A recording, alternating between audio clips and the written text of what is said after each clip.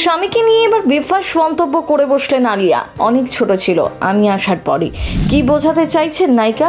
হঠাৎ করে কেন বললেন এই কথা? তবে কি এবার চিড় ধরতে চলেছে আলিয়া রণবীরের সম্পর্কে? বলিউড ইন্ডাস্ট্রিতে প্রেম কিংবা বিয়ে ভাঙা গড়ার কাহিনী নতুন কিছু নয়। হামেশাই ঘটতে থাকে এমন ঘটনা। কখনো দেখা যায় বছরের পর বছর সংসার করার পরেও আলাদা হয়ে যাচ্ছেন তারকা জুটি, তো কখনো আবার 1-2 মাস প্রেম করেই মোহভঙ্গ। যদিও এমন অনেক তারকা জুটি রয়েছেন যারা দীর্ঘ বছর পরেও একে অপরের সঙ্গে প্রতিজ্ঞাবদ্ধ।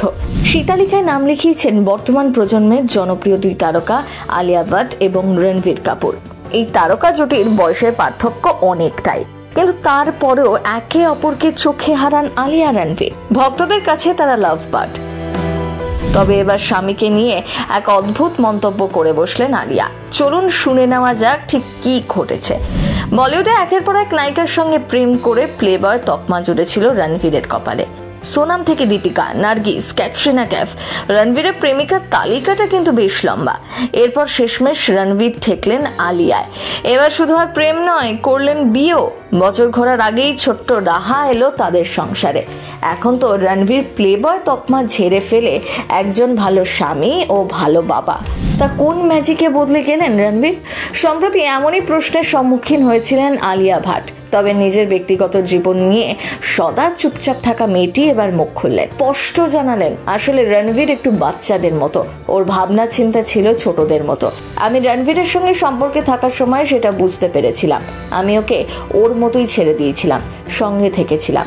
আমি জানতাম ধীরে ধীরে সব ঠিক হয়ে যাবে।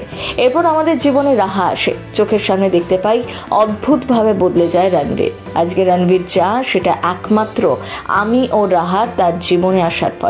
আমি সত্যিই খুব লাকি।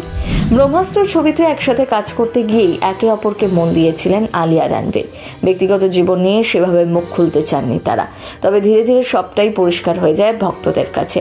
এরপর দীর্ঘদিন চুটিয়ে প্রেম করার পর 2022 সালের এপ্রিল মাসে আলিয়ার সাথে বিয়ে হয় রণবীরের। সেই বছরই ঘোষণা করেন তারা 2 থেকে 3 হতে চলেছেন। আর এখন তো ছোট্ট রাহাকে নিয়ে আলিয়া ও রণবীরের সুন্দর সংসার। প্রথম কলকাতা প্রোডাকশন ব্যুরো।